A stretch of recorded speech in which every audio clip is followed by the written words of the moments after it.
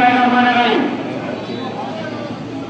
ইতিমধ্যে আপনারা জানতে পেরেছেন আজকে আমাদের এই আয়োজন, আজকের এই কাশীপুর বিএনপি কর্তৃক আয়োজিত আজকের এই আয়োজনে ফতুল্লাহ থানা বিএনপি অঙ্গ সংগঠন এবং বিভিন্ন নেতৃত্বকে কাশীপুর বিএনপির পক্ষ থেকে সর্বপ্রথম অভিনন্দন এবং ধন্যবাদ জ্ঞাপন করছি।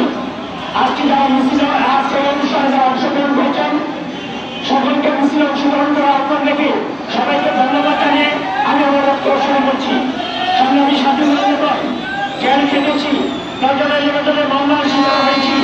বছরকে বছর হাজিরানি প্রার্থীকে আপনারা মনোনয়ন দিবেন, ধানের শীষের বাহিরে আর মনোনয়ন দিলে কাউকে দিলে আমরা মেনে নিব না, আমরা অন্য কাউকে মেনে নিব না।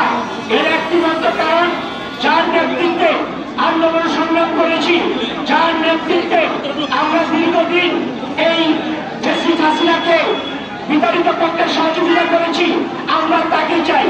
সেই নেতা জনাব মোহাম্মদ জাসিউদ্দিন ভাইয়ের হাতে নারী সিংহটাও আজকে বিএনপি কেন্দ্রীয় নেতৃত্ব এবং পার্টির চেয়ারম্যান তাকে দৃষ্টি আকর্ষণ করে বলছি। এক সময় যখন ফ্যাসিস্ট হাসিনার আমলে রাজপথে আন্দোলন সংগ্রামে অনেককেই খুঁজে পাওয়া যায়নি, অনেককে আমরা রাজপথে খুঁজে পাওয়া যায়নি। নারায়ণগঞ্জের গডফাদার শামীম ওসমানের রক্তচক্ষুকে উপেক্ষা করে যিনি আমাদের নারায়ণগঞ্জ জেলা বিএনপিকে নেতৃত্ব দিয়েছেন, যার নেতৃত্বে আমরা আন্দোলন সংগ্রাম করেছি এবং গডফাদার শামীম ওসমানকে বিতাড়িত করতে আন্দোলন সংগ্রাম করেছি, আমরা তাকেই মনোনয়ন চাই।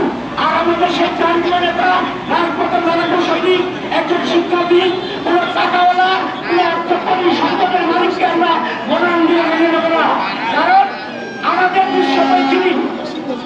দুঃসময়ে যিনি খোঁজখবর রেখেছেন, আমাদের জেল জুলুমের খবর রেখেছেন, আমাদের পরিবার পরিজনের খবর রেখেছেন, তাকে আমরা মনোনয়ন চাই।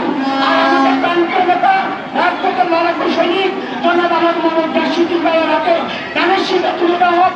তাহলেই আমরা আগামীতে জাতীয় সংসদ নির্বাচনে ধানের শীষের প্রার্থীকে বিজয়ী করে আপনাদেরকে উপহার দেব। ধন্যবাদ জানিয়ে আজকে